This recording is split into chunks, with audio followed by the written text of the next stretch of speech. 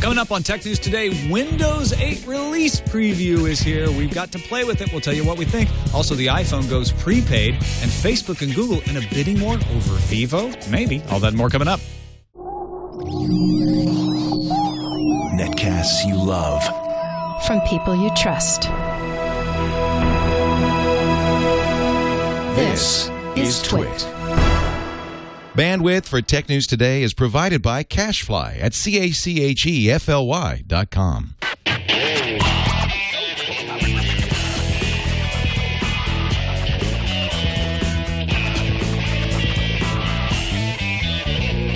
This is Tech News Today for Thursday, May 31st, 2012. Tech News Today is brought to you by Pond5, the world's stock media marketplace. If you're a media maker who needs stock video clips, photos, illustrations, music tracks, or sound effects, check out Pond5 for instant downloads at the best prices anywhere. Check out Pond5 at pond5.com, and for 25% off this month, use code TWIT25. Welcome to Tech News Today. I'm Tom Merritt. I'm Sarah Lane. I'm Iyaz Akhtar. And I'm Jason Howell. And Lauren Good had to cancel on us again. Not very good at all. 2 strikes. That's not good. 2 strikes. You get a 3rd strike, and then we write you invitations. I mean, stationary. She has a good excuse. All things she kind of has a thing going on right now. I know. She got caught up in the chaos. Like all things, kind of thing. Because the D10 conference still She's got a big week. That's all right. We'll forgive you, Lauren, but come back to us. We're working on it. I got plenty of news. Stuff breaking right before the show. Judge William Alsup has ruled on the copyrightability of the APIs in question in the court case between Google and Oracle, and found that those particular APIs in this case, compared to the copyrights that Oracle holds, are not copyrightable and therefore not infringed. Boom, boom, boom. He says it's important to step back and take in the breadth of Oracle's claim. Of the 166 Java packages, 129 were not violated in any way. Of the 37 accused, 97% of the Android lines were new from Google, and the remaining 3% were freely replicable under the merger and names doctrine. Oracle must resort, therefore, to claiming that it owns by copyright the exclusive right to any and all possible implementations of the taxonomy-like command structure for the 166 packages, and et cetera, et cetera, et cetera. So he wrote a very specific ruling saying, in this case, copyright cannot protect these APIs from the way that Google used them. Yeah, so if you're also wondering about what about that verdict that the jury gave a while ago, that was that said that Google did infringe. That was with the instruction that the theory would be you need to rule on this as if it was copyrightable. Mm-hmm. This was for the judge to decide. And he says it's not copyrightable, so that means Google's won the copyright issue and the patent issue, so they should be done. This is over. The Oracle's claim on Google's copying of the 37 API packages, including their structure, sequence, and organization, is dismissed. We're done. Our long nightmare is over. Now, there will be an appeal. Probably. But both Ars Technica... after all of this, can you imagine Oracle saying, you know what, we're satisfied. You're right. We'll go over here now. No appeal necessary. We give. We're over it. So wait for the appeal. But both The Verge and Ars Technica point out that this is a very narrowly written opinion, which does that make it harder to win on appeal? Well, no, not necessarily. I mean, if Judge Alsup was really narrow about it, talking about this exact... I mean, he could have been more broad, and that could have implications for a lot of other companies. But, I mean, it seems like he wanted to make sure that this is only limited to Google and Oracle. Doesn't want people using this to brandish, other companies going, you know what, we're going to use these APIs as well. Yeah. Because that's the case that said it's completely cool and blah. So, for the appeal question, I don't know what kind of impact it's going to have over there. I think it's just more about not having a large impact in the API copyrightability issue at large. That was hard to say. Now, I am doing today's show entirely from within Windows 8 release preview, running in a virtual machine. Okay, fine. But so if weird things happen to me, just know that. But the release preview is available. It's out. It's out early. It's supposed to be out in June, which is tomorrow, but apparently it was available, I don't know if starting yesterday, but it's available right now, so if you want to go get it, you can. I wasn't able to download it until like 12:15, I think, something like that. Yeah, if you sign up, you can like hit download now, and you get an EXE, so you can then download the actual OS. So you can also get the ISO. You can get the ISO straight from there? You can get the ISO straight from there. Because I did that. I downloaded that EXE, and I'm like, I want to run this thing in a virtual machine. And I went back, and in the FAQ, if you click on the FAQ, it says, what if I want an ISO? You click on that, it says, oh, here's the ISO. and then it gives you a link. I want to do that this morning as well because I want to do virtual machine. But so what's different between this release preview and the consumer preview? Let's go through it here. There's some updates to the release preview, including apps that are built right in. There's sports, travel, news. They're all pinned to the start screen. The apps are technically in beta, according to Jensen Harris, the Director of Program Management for the Windows User Experience. Mail, calendar, photos, and IE get updates. I think the coolest thing that happened with photos, apparently it's faster, and it accesses photos from your drive and other apps. So if you have a Facebook app, you have a SkyDrive app, in your Photos app, you'll be able to see all of that in this one location. So it's kind of a neat, all-together kind of location there. Let's see. Mail gets a 3-pane preview. Multitasking, according to Wired, is improved. Multitasking is when you have, at least for this particular version of Windows, you can have on the left side one app taking up about 80% of the screen, another app 20% on the right. Apparently, the multi-touch is still a little buggy, and it brings in reverse scrolling, or what Apple calls natural scrolling. And this option cannot be turned off on the release preview. There's still a desktop, so if anyone's worried about that, Microsoft had a really interesting way to put this. This is a quote from Jensen Harris again. The way we think about the desktop is as this wonderful additional app that you have on your PC. So that seems like the desktop being relegated a little bit further to the backside here. I don't really get that, though.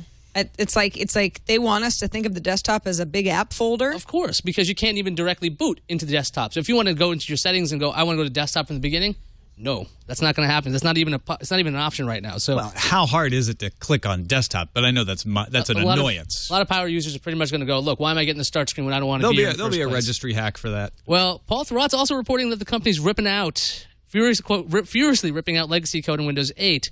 Now, this code is related to the Start menu, because a bunch of hacks that worked on the consumer preview to bring back the Start menu, that doesn't work anymore. So it looks like if somebody wants to bring back that Start menu, they're going to have to build it from scratch. And Microsoft did unveil its upgrade path. If you buy an eligible Windows 7 computer between June 2nd, 2012 and January 31st, 2013, you'll be able to purchase an upgrade to Windows 8 Pro for $15. So that's what's going on there. I played with the consumer preview. I thought it was a little bit strange. Tom, you've been playing with this all day, and you seem like you have some opinions about it. I do. Somebody asked, where do you get it? If you just search on Bing for Windows 8 release preview, the default search engine, Internet Explorer, it'll actually be the second link there. If you go to windows.microsoft.com/en-us/windows-8/release-preview, that also works as well. Yeah, I've been living in it since I installed it this afternoon, and it's the release preview, so I'm going to be a little harsher on it. I really liked the developer preview and the consumer preview. There were some things I didn't like about it, but I'm like, hey, they haven't finished the spit and polish. This is the one that's going to be like the one that comes out. It's performing very well. It's snappy. Everything works very well. But it is a nightmare to try to find how to do things when you've got that Metro screen in the way. And you can say part of that is because I'm an old-fashioned desktop user. But I would think that that's going to be a common complaint. Here's an example. I wanted to have my browser open with the stories that I'm looking at for Tech News Today, and I wanted to have Notepad. So fresh install, I'm like, where's Notepad? Well, to find it, I actually had to go to the charm bar, which there's no indication it's there. I just know it's there, right? Because we've talked about it. So I had to discover it. I had to have previous knowledge, and then search, and then as apps. Oh, okay, here's all my apps, except Notepad isn't one of the apps, because those are only the Metro apps. All right, well, I guess I'll type Notepad. Oh, there it is. So then I open Notepad, right? Now, I believe it was Iyaz who told me if I'm in the Metro interface, I can just start typing Notepad and it'll search too. But I wasn't in the Metro interface. I was in the desktop. So there's different behaviors depending on what screen you're on. I don't like that at all. And then how do I get Notepad to show up? Can I put, I can right click and choose pin this program to the taskbar. Well, the taskbar is not the start screen. But the taskbar is in the start screen. If I want to start it from, I can't drag it to the desktop.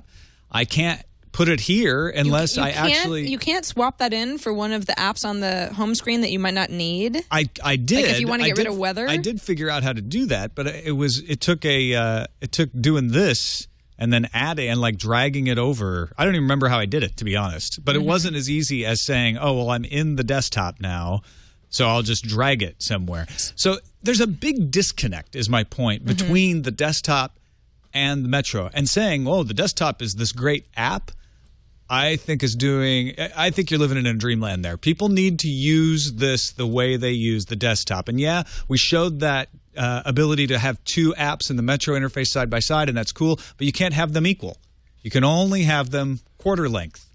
And so it's not even customizable. And there's a lot of times I want to position that the way I want to. I want to use that Windows 7 snap feature, which still exists in the desktop. But again, legacy user, but the way I want to use my computer is in the desktop, not in the Metro interface, and there's a disconnect between those. They're not seamless. So do you think by getting rid of some of this legacy code that will at least allow you to live in the past a little bit but feel like you can navigate better is Microsoft's way of saying, you got to learn it sometime, so I don't want you to start with this crutch? I would be fine with saying, okay, the Metro tiles are the replacement for the start menu.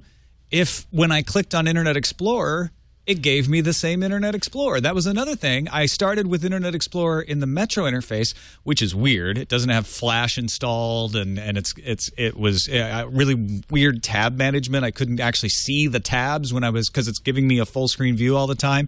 Maybe that's modifiable. But then when I went to desktop, because that was easier for me, I had to start all over again. All the things that I had opened, all the tabs that I had opened, all the sign-ins that I had done in Internet Explorer, on the same machine, were gone. I had to start. It was like two things called Internet Explorer, but they're not the same thing. It just seems like the desktop, Microsoft moving away from the desktop metaphor, moving towards Metro, because I'm thinking, if somebody's brand new to a machine, you're not thinking with your old ways. Like, I know that's the way I'd approach a computer is like, how do I get back to the desktop? How do I get to WordPad or Notepad? But I would think that if you had this machine for the first time and you're like, okay, well, what do I do? You see these tiles up, you go, well, I'll go to the app store, the app market, and I'll pick up a new application that way. So you're not digging for where's Notepad. You're like, I just need something like Evernote. Let's find that, install that, and it would show up in the start screen. So basically taking that phone behavior, the way people use phones, they don't go, why isn't this app here? It should be here. They're like, well, no, let's go get it. That seems, I can see that working really well for someone who's new to Windows. Mm-hmm. Because sure, it's like, I know Evernote. Can this run on Windows? Great program. But if you're used to Windows over the last however many decades you may have been using it at home and work or both, you don't think that way. You don't think, I can't find something, I should go to the App Store and download it. It's like, it's got to be in here somewhere. Where is it? Where's my applications folder? I got to find it. In the end, I think that the Metro interface is going to be fantastic for tablets, but it's also going to have the limitations of tablets. Yeah. The same reason I don't use an iPad to do everything will be the same reason I don't use the Metro interface to do everything. I think Internet Explorer, I either have some learning to do or it has some improving to do. Jury is out on that. And the desktop works great. Like in the desktop, when I'm entirely in the desktop, it's fine. I would like to have the ability to put some icons on the desktop. But again, I'm old-fashioned. Overall, I don't think Windows 8 is a horrible environment. It looks great, but there is this weird disconnect between trying to be two things that I don't think they've cracked. And that's why I think for a while there's been a lot of questions of how is Microsoft going to educate a user the first time they get a Windows 8 machine? Because a lot of the rumors are that when you start Windows 8, you'll have a video that explains to you exactly what's going on. So for power users, they won't be alienated. And for new people, they're like, okay, I kind of get this. But because they have they have the huge user base for years, they have to somehow educate, because these previews, they're not telling you exactly how that works. It takes a little work to get them. So theoretically, you're willing to do the work, but for the general public, they need to be educated. On the one hand, that's great. I'm glad they're doing that, and they're saying, hey, we've changed some things. Here's how it works. On the other hand, if you need a video, I don't know if that's such a good sign. But we're all used to that. I mean, I feel like Microsoft is where, as you said, you're being a little bit more harsh because they've had time to fix some of this stuff. But I feel like there are so many apps that I come across all the time, and there'll be like a little 1 to 2 minute instructional video, or sometimes even less, and they can be really helpful. I'm really used to those because it's like, I don't know, I could just try to blindly figure this out, or I could just quickly see that, I'm supposed to hover in the lower right-hand corner, and that's how I get my charm area to come up. Yeah. You know it once, and then it's fine, but how are you going to figure that out the first time? You might need that video. That's a really good point. I mean, it may be just a big learning curve bump. After I live in Windows 8 for a month or two, a lot of these annoyances may not seem so annoying anymore. Right. But the biggest one is like there are two Internet Explorers, and it's really hard to put something in the Metro interface and then use it in the desktop. You can't. It's hard. They make it hard to live in both worlds. Yeah, it seems like they should mirror each other, at least in what you put into. They really want you to live in Metro, and I'm not sure I'm ready to move there yet. think that's the upshot. All right, real quickly, Cricket is becoming the first prepaid U.S. carrier to land the iPhone. That's right, a prepaid iPhone that you don't have to figure out how to hack around or find an unlocked version or anything. Leap Wireless announced it will go on sale June 22nd. iPhone 4 and iPhone 4S. No 3GS because they do CDMA on Cricket. 16-gigabyte version will be $500. The 8-gigabyte will be $400. Those seem pricey. It's because they are not subsidized. You're paying by the month. And you're only paying $55 for unlimited talk, text, and data. Data may be throttled after 2.3 gigabytes of use. You can sign up at mycricket.com/iPhone, and they'll remind you once June 22nd rolls around, and you can buy these. Ars Technica pointed out that you can already do a prepaid phone if you get a SIM from Straight Talk. That's a company that's jointly backed by TracFone and Walmart. They have a $45 a month unlimited plan that runs on the AT&T network, so you don't even need an unlocked phone. You just need to get a hold of an iPhone that isn't on an AT&T contract. So a used phone most likely would be the best one for this, and then you can get a prepaid phone that way. But if you don't want to mess with trying to find the right phone, you can buy it direct from Leap Wireless now, as long as you got $400 or $500. Usually the people who need prepaid are the people who have bad credit and maybe need to save a little money. So I'm not sure how many of them are going to be plunking down $400 or $500. I've seen a lot of I don't like contracts, so I end up with prepaid phones every now and then. And I've seen companies like Virgin and Boost, and they've been moving towards these higher powered phones. And compared to like what these other carriers have, bringing an iPhone over at $500 is pretty pricey, but it is a very wanted phone. This idea that you can stop paying your contract and not lose your phone is kind of a nice idea. Mm-hmm. So I'm just kind of curious if it's just Apple going, let's get this inventory out. We have a new phone coming. Let's get everybody. Conspiracy theories. I like it. Maybe that may be part of it. I'm just glad to see a prepaid phone. And I'm glad Ars told me about Straight Talk because I'd forgotten about them. That's another good way to go. 2.3 gigabytes, though. Get throttled pretty quick. On the Leap thing, they say most customers will never go over. I guess that's why it's 2.3, which is such a... Well, then they don't need iPhones.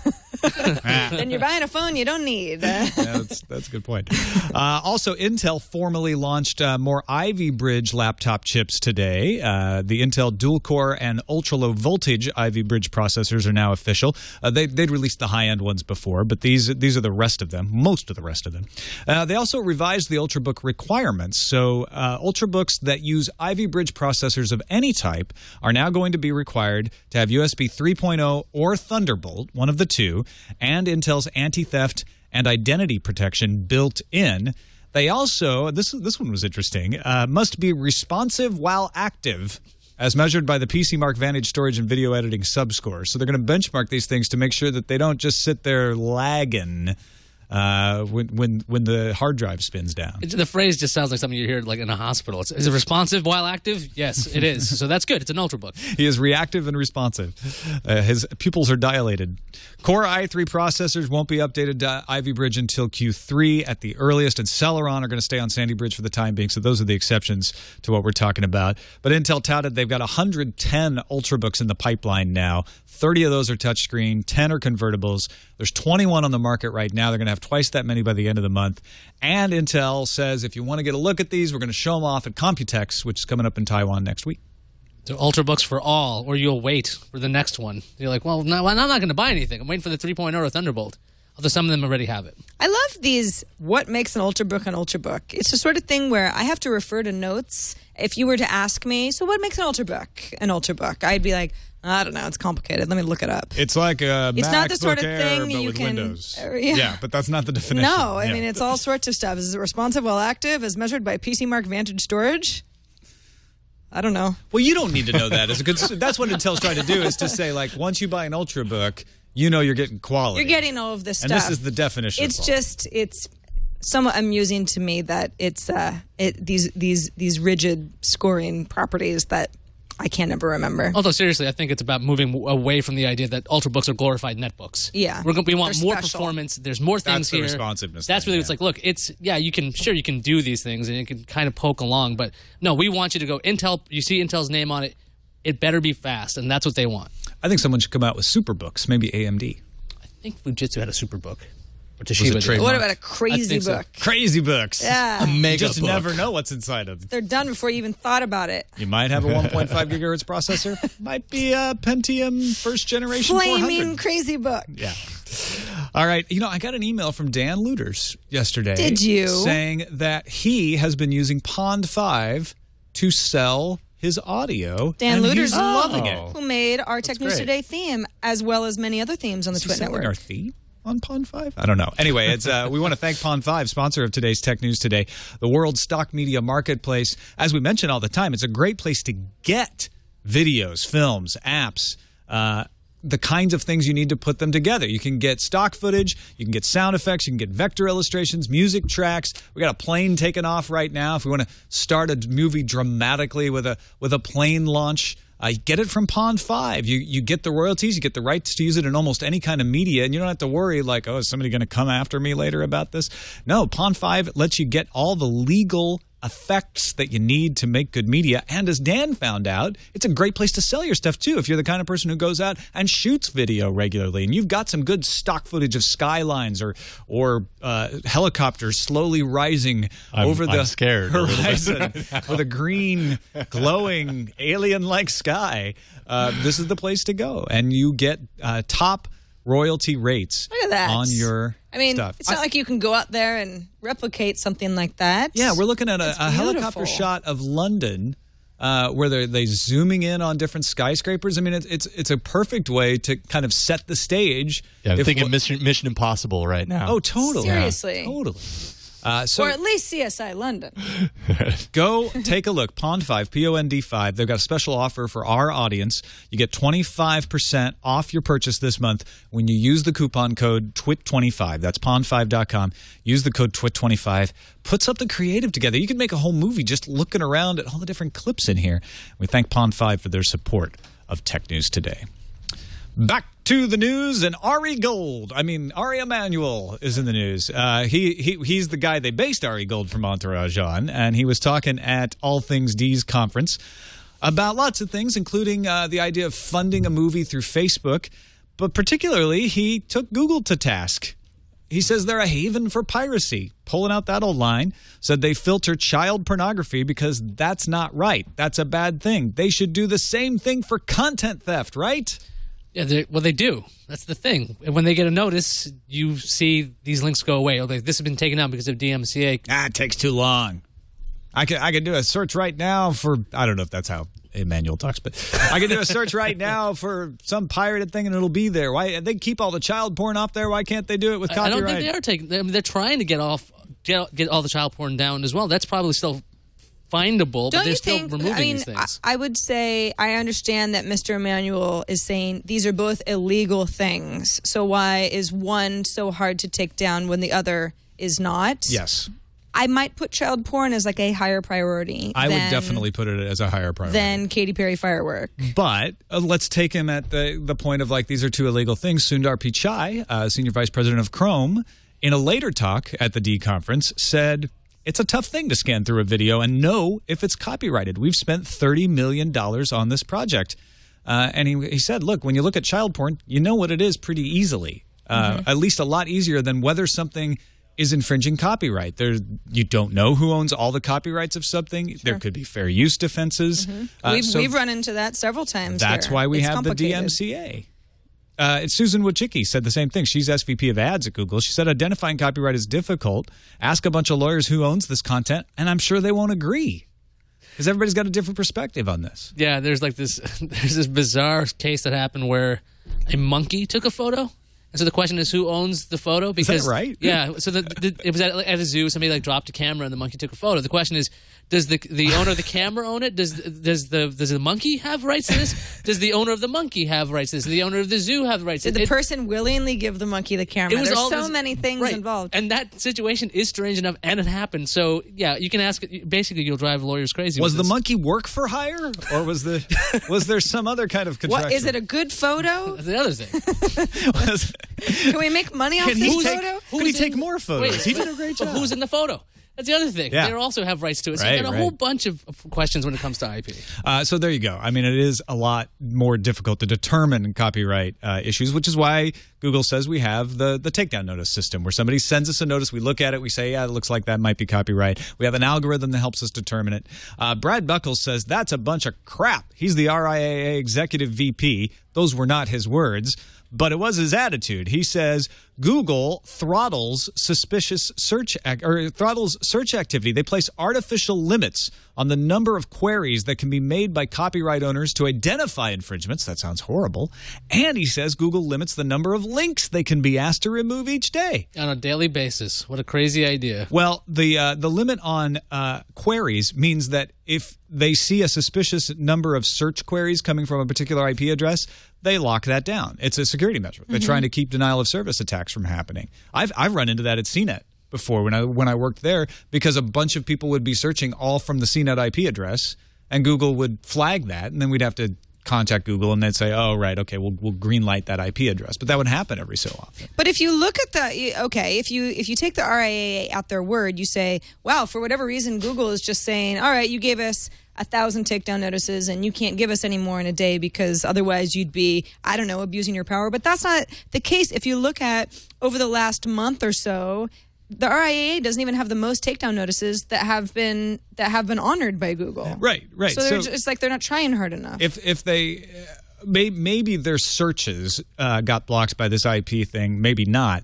But this limit that you're talking about, they're not maxing it out. They were 5th in claims. We talked about that transparency thing. So yeah, it was Microsoft was number 1. And Marketly, on behalf of Microsoft, right, I think had even followed more. by, I think it was NBC Universal. So it's not as if the RIAA is the only institution that has a vested interest in this working. They just don't seem to be able to use the tools very well. Ours points out that Google's webmaster tools do allow for only 1,000 URLs per copyrighted file, and allow 10 such files per notice for a per notice total list of 10,000 URLs. Wow. So, yeah, Brad Buckles is right. There are limits.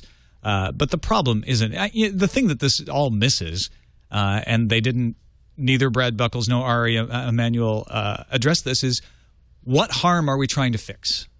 We always jump to the conclusion that piracy is killing everything. But what harm is it causing?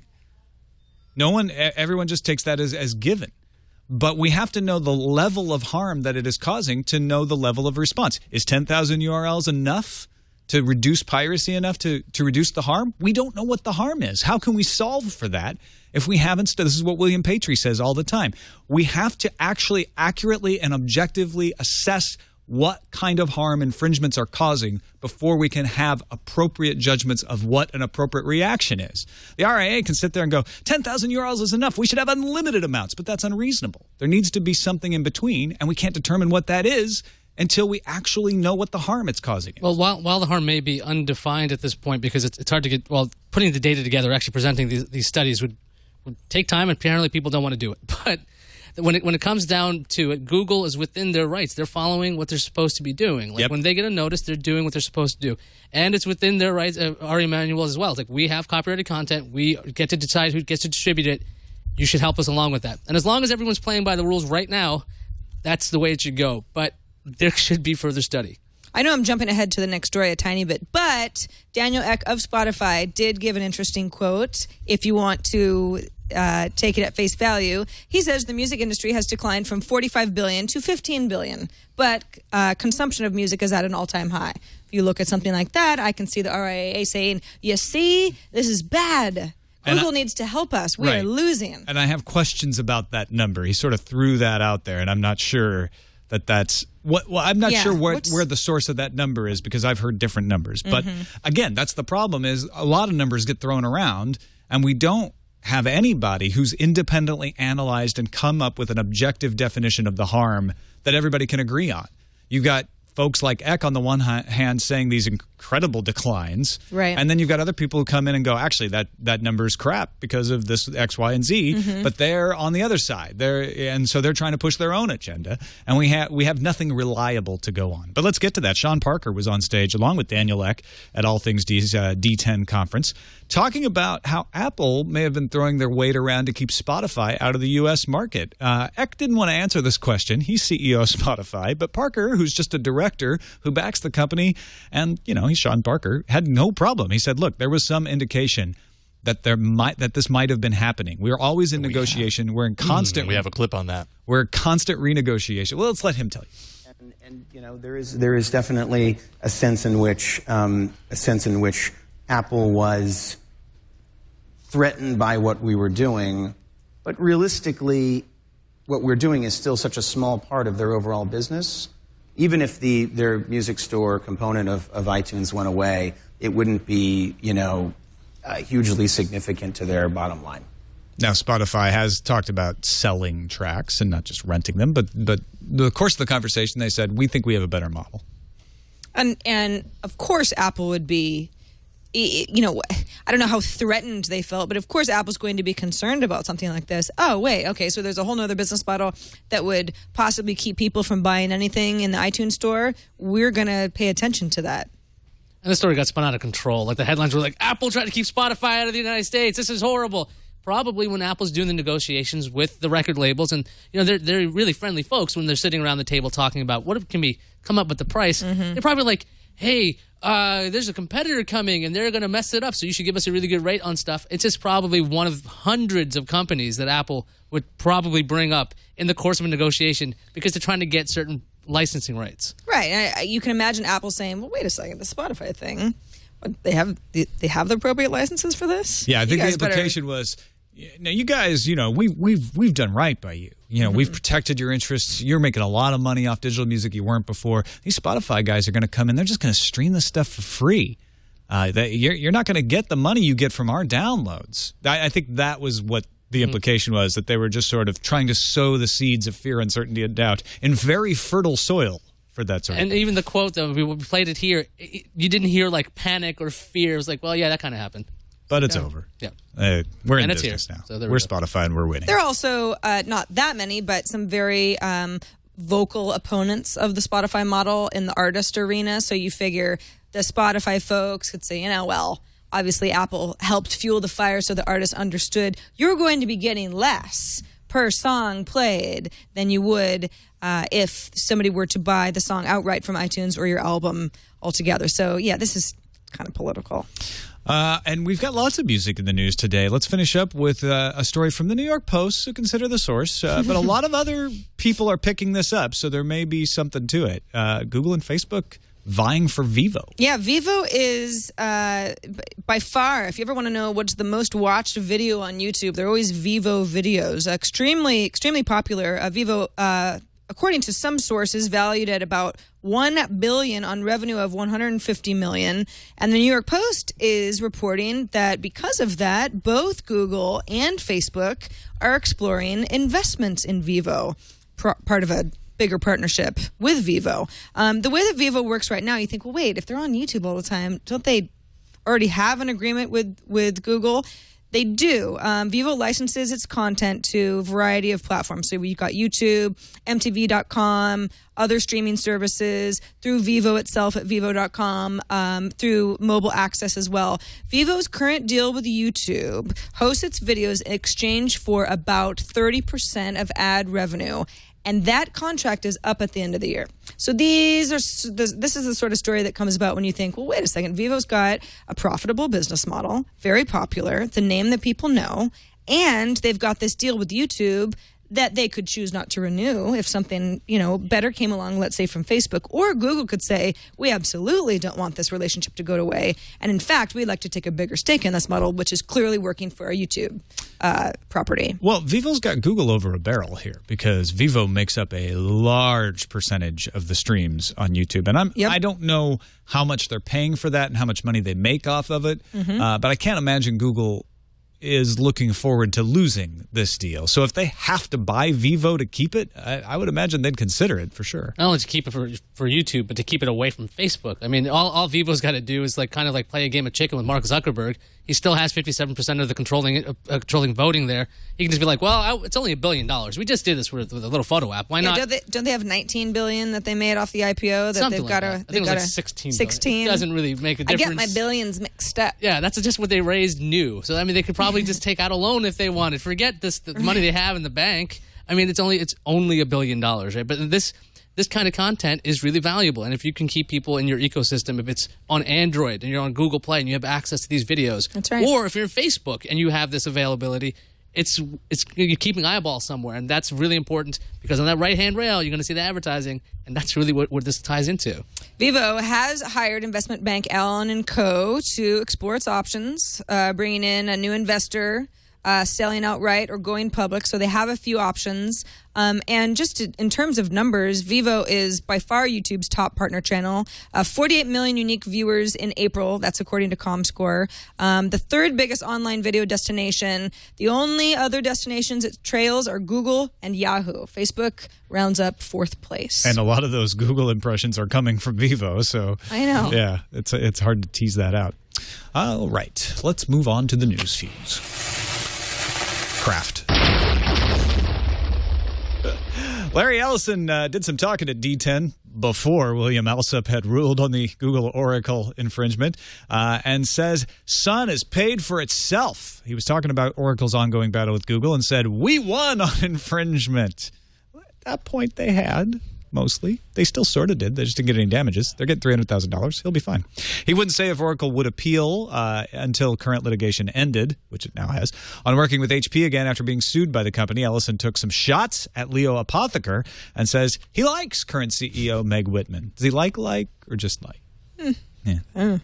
The SpaceX cargo ship Dragon returned to Earth by making an on-target splashdown 560 miles off the Baja California Peninsula. Woohoo! The ship's next destination is McGregor, Texas, where nearly 14,000 pounds of equipment from the International Space Station will be removed. All right, Skyrim fans, listen up. Bethesda has released the official trailer for Dawn Guard. The plot goes like this. A vampire is working on covering the world in darkness so vampires can go anywhere they want. The company says Dawn Guard is an add-on and not downloadable content. It should hit the Xbox 360 in the summer and will cost $20. And more information is probably coming up at next week's E3. Ooh, it looks beautiful. It is pretty. How is it an add-on not downloadable? What's the difference? They just wouldn't label it that. That's all. Facebook's changed something. Don't panic. The site added 5 different levels of admin privileges for Facebook pages. Start your protest now. Previously, all admins of pages had the same abilities to manage admin roles, edit pages, and more. The 5 categories bring limits to 4 of the 5 roles. The all-powerful category is labeled Manager. Should have been Overlord. That's what Iyaz was pitching. The feature was first announced in February. Nobody likes managers. No. What's your admin role? Overlord. Sounds better. At D10, Skype CEO Tony Bates says that the service has 250 million monthly users. Bates also said that Skype's priority is mobile, and that was one of the reasons that Skype picked up quick. So, what about deep integration with Windows Phone? Well, Bates says he hopes that Skype can add value. When asked if he'd like to run the entirety of Microsoft, Bates said, Steve has been great, but he hasn't come up in discussion. He's open to it, apparently. A study by PageLover shows that around the same time Google launched its Search Plus Your World feature, that referral traffic from Google to Facebook went down. Now, before you go all conspiracy theory on the following referrals from Bing were also down for the same time period. Now, the study looked at referrals of a sample size of 500 Facebook fan pages, but did not look at Facebook internal referral traffic. So now that you know all that, you can start your conspiracy theories. Yeah, and apparently they started to see the first beginnings of the downtick 3 days before Search Plus Your World launched. So I think I think it's vampires. Hey, you know how Microsoft and Nokia, they're all buddy-buddy with the Windows Phone and Nokia being the premier Windows Phone. And stuff. Yeah. Well, Google doesn't like it. They filed a complaint in Europe saying those buddies aren't buddies. They're colluding by using proxy companies to hurt Android. A company called Mosaid are enforcing patent rights, and it raises cost of mobile devices for consumers. Currently, Mosaid isn't suing Google, but Google says its move is preemptive. The litigation between the broadcast networks and Aereo are on. The broadcasters say the Aereo is violating copyright laws by reprocessing broadcast signals to make them available over the internet. They're also arguing the Aereo is publicly performing their works because it is transmitting programs live. That's a whole other copyright claim. Let's check in with the world's favorite treaty, the anti-counterfeiting trade agreement, lovingly nicknamed ACTA. Hey, ACTA. Yeah. Already rejected by the Dutch government, 3 different committees of the European Parliament voted not to recommend adoption of the treaty. The full and final European Parliament vote will take place in July. Ooh, putting a bullet in ACTA's head. That's interesting. Let's check the randomizer. Randomizer. Well, this doesn't seem all that randomizer-y. Google is buying some top-level domains. Remember, the ICANN has new generic top-level domains that you can buy and create, your own .google, which they bought, .youtube, which they bought, and .lol. Now, what's .lol? What's the Yahoo site that is really, really popular? I swear it's like an LOL type thing. Or cute, or well, there's ICANN has cheeseburger. That's not Yahoo. No. It's like Yahoo. Cute overload. No. It's a Yahoo site. Well, anyway, chat room will figure it out. Is it OMG? Oh, it's OMG. OMG. So I'm thinking. All right. So, LOL. Who got .omg? Chad Johnson of TWiT has obtained .omg. On Yahoo, if they're smart. What is .youtube is great. Oh, sure. .youtube makes total sense. .google makes, and they've got .docs as well, which makes total sense because of Google Docs. What are they going to put at .lol? Is it going to be a comedy search engine? Maybe it's a place for original content on YouTube that's funny. Hopefully it's just all parody stuff, so they can just go, it's .lol. It's not seriously copyright infringement, right? We're just kidding. No person would reasonably think that at the URL .lol that we weren't doing a parody. Imagine if you go to YouTube right now, the way that you might go to, I don't know, Netflix or Hulu, and you're like, I don't know, I just want to watch something funny. What's the comedy section? What's in here? I could see this being a portal for just funny stuff. They could just do YouTubefunny.com, though. They wouldn't have to spend all this money buying .lol. That's kind of a lot of work to go to. Maybe they're protecting us from a potentially unfunny somebody picking up LOL and doing something very unfunny somebody was stopped today by Google. I think they're just exercising their options. Yeah, but I'm just puzzled.